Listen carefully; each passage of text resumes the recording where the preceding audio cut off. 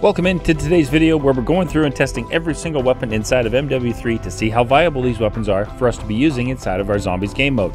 This is going to include the aftermarket parts, the aftermarket conversion kits, as well as the MW2 weapons. So if you're new around here and you like to see how weapons perform inside of Call of Duty Zombies, make sure you hit that subscribe button, turn on those bell notifications because you're not going to want to miss any future uploads from myself. As well, down below in the description you will find the link for my streams. I stream on Mondays and Thursdays, 6 p.m. Pacific, 9 p.m. Eastern Standard Time, and I stream everything from MW3 Zombies all the way through to custom zombie maps and have an absolute blast over there, and would love to see you all come and hang out. Now in today's video, before we dive into our review things, I wanted to touch base and see just how far along everybody is inside of the Season 6 Battle Pass. I'm right around 50% complete my Battle Pass, so let me know down in the comments section just how far along you are inside of the Season 6 Battle Pass. As well, the channel growth has been through the roof recently, and I cannot thank you all enough for that. Truly unbelievable support. We are fast approaching our 4th Black Ops 6 giveaway on the channel. When the channel reaches 5,000 subscribers, we'll be doing the giveaway, which will be a Vault Edition of Black Ops 6 on any platform of your choice. To be qualified, you do need to be subscribed, liking, and commenting on all of the videos on my channel. As well, with the insane growth of the channel, our amazing Zhorde Discord is also growing at an amazing rate. We are now close to 600 members inside of the Zhorde community, full of people who are willing to help out other players. So if that sounds like something for you, the link for that is down below in the description. Now in today's video, with the Season 6 patch notes, they made a bunch of changes to the MW2 weapons. So in today's video, we're going to take a look at the MW2 PDSW and see how well this weapon performs across all 3 tiers inside of Modern Warfare 3 Zombies, taking on bounty contracts all the way through. So hopefully by the end of today's video, you have a really good feel for how the PDSW performs inside of MW3 Zombies, and at the end of the video, you should be able to make up your mind on whether or not this is a viable weapon for you after I exfil from the Dark Ether. So without further ado, let's dive into the PDSW review video today.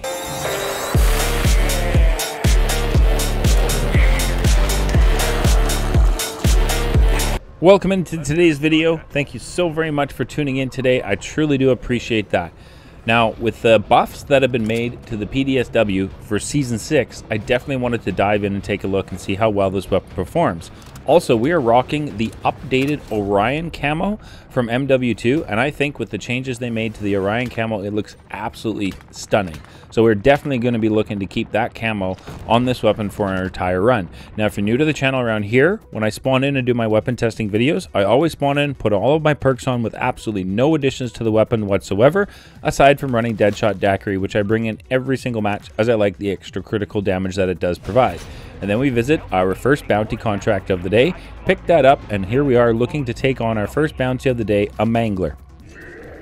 And we're looking to take on this Mangler at white rarity with no additions to this weapon at all, so just the base weapon. And I was impressed with the changes and the buffs that they made to this. The damage output just at the base rarity was incredible. I was feeling really confident just taking on our first bounty contract of the day, the Mangler, here with just base rarity on this PDSW. So truly awesome damage output so far. And at this point I was kind of eager to visit Pack-a-Punch Machine to keep the camo on my weapon. So in order to do that, you want to melee the Pack-a-Punch Machine, wait for the center to turn green, then you can use the Pack-a-Punch Machine or your PAP crystals, and at that point you will be able to keep your camo on the rest on your weapon for the rest of the run.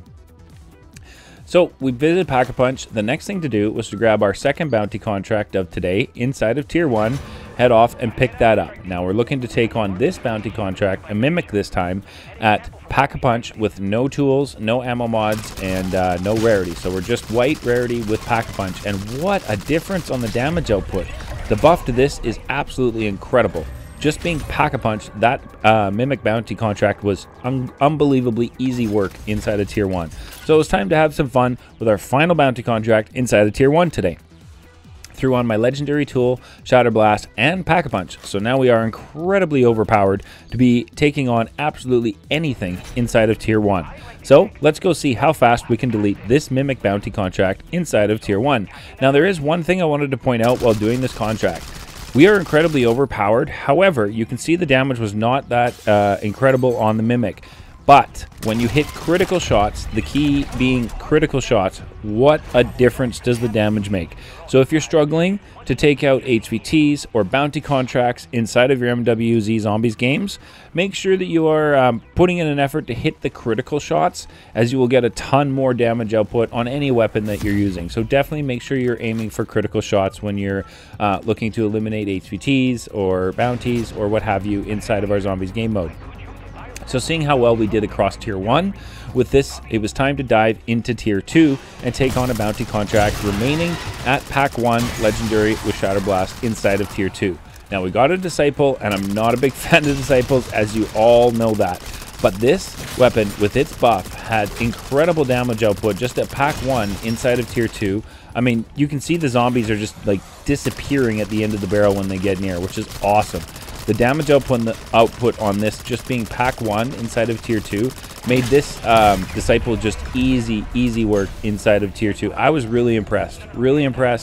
Definitely happy with the perks. I'd been picking up a ton of perks on my run so far today. Almost had a perkaholic before I was going to go off into Tier 3. But before I did that, it was time to turn myself into the mobile Pack-a-Punch machine and go ahead and take this weapon to Pack-a-Punch Level 2 Legendary with Shatterblast and see what we can find for our second bounty contract inside of Tier 2, which was, you know, a few meters away. But we made it over there before anybody else grabbed that contract, thank goodness. So we were able to pick that one up. This is our second bounty contract inside of Tier 2. And this time, we are double Pack-a-Punch Legendary with Shatterblast, and we're looking to take on a Mangler. Now, this bounty contract should not be much of an issue at all. We should be able to take this out without much stress, and holy smokes. The recent changes to this, you definitely want to give this a shot, is something I can tell you all for sure. I was feeling incredibly confident using this weapon today after the changes they made for Season 6. And so it was time to push into Tier 3 and visit the Der Wonderfizz machine, grab the rest of the perks that I was missing, and it wasn't many, as I'd grabbed so many on my run so far, which was awesome.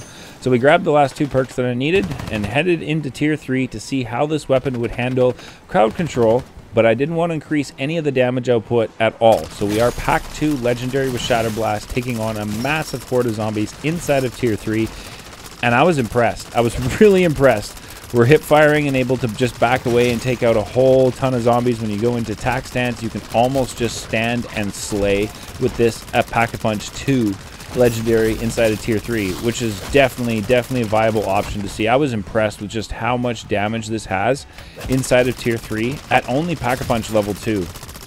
Armored zombies were just being evaporated at the end of the barrel. Standard zombies were almost just instant deletes. It was truly awesome to see. This weapon fires incredibly fast. Also, when you Pack-a-Punch this, your magazine size goes to 400 rounds in your magazine, which is why I didn't bother bringing in mags of holding today, as I didn't see the point when we had 400 rounds in the magazine. So the last thing to do was take this weapon to max damage output inside of our zombies game. Triple Pack-a-Punch Legendary with Shatterblast. And you can see it handles the Tier 3 zombies. Not much of a struggle at all. So I wanted to go off and grab a bounty contract and see how well this would perform against a bounty contract now that we are max damage output on the PDSW inside of zombies. So we went and picked up the bounty, and it was a Mimic inside of Tier 3. So we're looking to take on our Mimic bounty contract inside of Tier 3 with the PDSW after the recent changes for Season 6 to this. And I'm impressed. This is definitely going to be a viable option. You've got movement speed with this. You can definitely move around fairly quickly with it in your hands, which is awesome.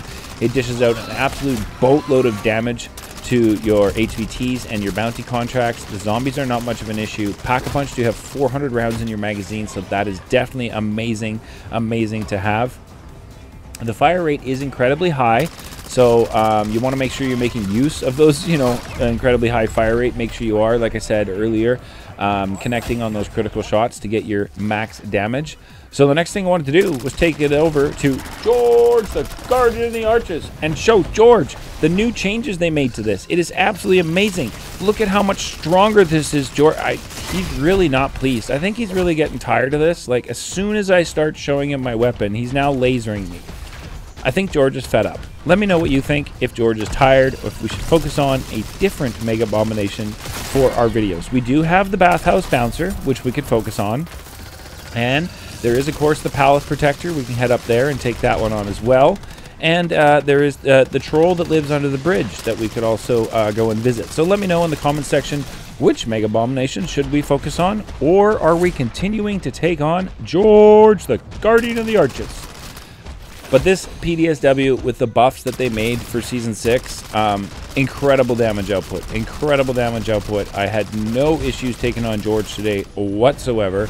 The damage output on this is just remarkable. We made easy work of Zhorde and a whole bunch of crowd control coming towards us at the end of taking out Zhorde, and we were able to just kind of stand here and control and dish out the damage to the crowd control inside of Tier 3 with this PDSW. So truly, definitely a viable option, I feel, for all of us to be running inside of our Zombies game mode at this point. I was really excited. Like, this is definitely something that is awesome. I love the movement speed. I love the magazine size. So, with Season 6 not needing a sigil to enter the Dark Aether, it was time to head into the Season 2 Dark Aether, see if we can pick up some mags of holding. And also, I just wanted to show you how this performs inside of the Dark Aether, so I picked the Season 2 to run, just for no particular reason. But here we are picking up our Mangler Bounty contract inside of the Season 2 Dark Aether. And just look at the damage by this PDSW on a Dark Aether bounty. Unbelievable. I was feeling super confident using this. Couldn't believe how easy it was to take out that Mangler. We got mags of holding out of that, which was awesome. I don't actually believe I was able to pick up mags from that. I wasn't sure if I was able to grab it or not. But the next one to pick up was our P&D Outlast contract, and I bring in 2 sentry turrets for me to help out with this contract when I'm doing it.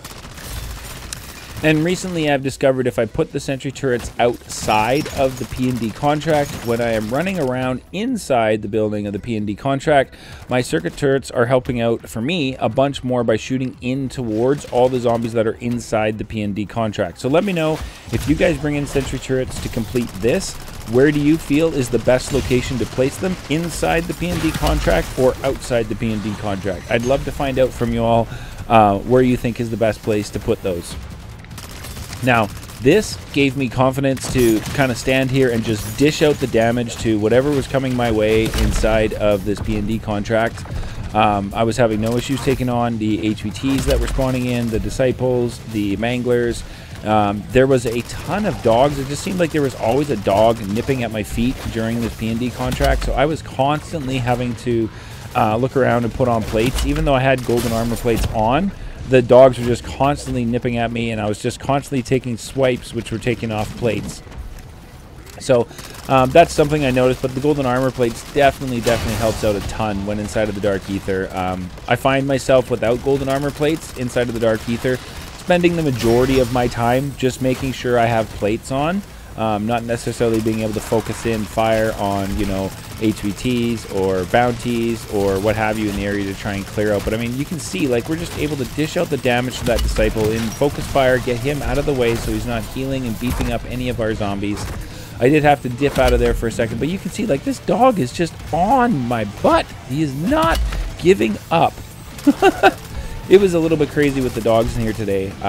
Definitely intense. But again, I mean, having this with the recent changes, like the buffs to this, it is incredible, and this is incredibly strong. You'll have no problems clearing out things at the end of your barrel. We got a VR case out of that, which was awesome to see. Now, in one of my other videos, I showed you how to get up to the top of this contract to pick up the ether extractors running up the backside. In front of the building, in that entranceway right there, you will find an ether tear. So, of course, you can jump into that, which will put you way up in the air and makes it incredibly easy to come over here and pick up your ether extractor contract, which was our last one inside of the Season 2 Dark Aether for today, using the PDW with the update and buffs to Season 6 for it. So here we are, we put down my Casimir like I always do, right at the base of the extractor, and then use the phone to override that extractor and complete the first one. Now we still have 2 more to go. I have 1 Casimir left and an energy mine ready to go, which is what I'm going to be using to complete my final ether extractor to override it. So here's the second one. We've got the Casimir going to keep me protected while I complete that one. And then as we make our way over to our third and final ether extractor, I'm prepared to use my energy mine to go ahead and activate this one. So I drop that down, and then we go and activate the phone, but it didn't pick up the first time, so no worries. Just disengage and then re-engage, and you should be able to finish it. It said it was complete, but obviously it didn't complete, so I was a little confused as to what happened here. But no need to stress. We've got lots of time left inside of this regular Dark Aether, so there's still over 20 minutes to go, so no need to panic. I simply backed away and worked on rebuilding my energy mine so that it was ready to go, so that I could make my way back in towards the Aether extractor to go ahead and complete that. Now, we were running out of time. I did have a minute left to complete all 3 of these, so I put down the thermites behind me to protect me from some of the zombies, and I dropped my energy mine so that I could go ahead and interact with that phone and use it to complete the 3rd and final contract inside of the Season 2 Dark Aether using the buffed PDSW, and I'm impressed. The buff is amazing on this. Definitely going to be a lot stronger and a lot more of a viable weapon for us to be using inside of our Zombies game mode. Now, again, the reward rift is there. I do not have a decoy or a tactical to use in order to distract the zombies for a second to go in and see what my loot is in the reward rift. So again, no need to panic, stay calm. I just backed away, shot a bunch of zombies until I was able to get my energy mine ready to go. Got lucky with an insta-kill that popped up, so I was going to use that to my advantage with the thermite, drop that down. Everything that runs over it is going to die, and then I can put my energy mine down at the reward rift so that I can go in and grab my mags of holding, which was absolutely amazing to see. So at this point, I was feeling really confident, and just wanted to let you all know that the buffs that they did to the PDSW for Season 6 inside of MW3 Zombies will make this a completely viable option for us all to be using inside of our Modern Warfare 3 Zombies games across all 3 tiers and inside of the Dark Aether, as you can see the carnage we are doing on screen right now. So just an awesome, awesome weapon to use. I had a ton of fun recording this today. It was absolutely a blast. So thank you everybody for tuning in today. We managed to make out the end of the match today with some decent loot, 100%. Definitely happy to head out of the Dark Aether with a mag holding and a VR11 case. Definitely nice. Now, this is the build that I used for today, so if you guys want to make any changes to that, let's work down below in the comment section to make that happen so that we all have one amazing build to use inside of our Modern Warfare 3 Zombies games. As well, don't forget, we are very close to our next Black Ops 6 giveaway, which happens at 5,000 subscribers. So make sure you are subscribed and liking and commenting on the videos for your best chance to get in. Thanks so much for tuning in. We'll catch you in the next one.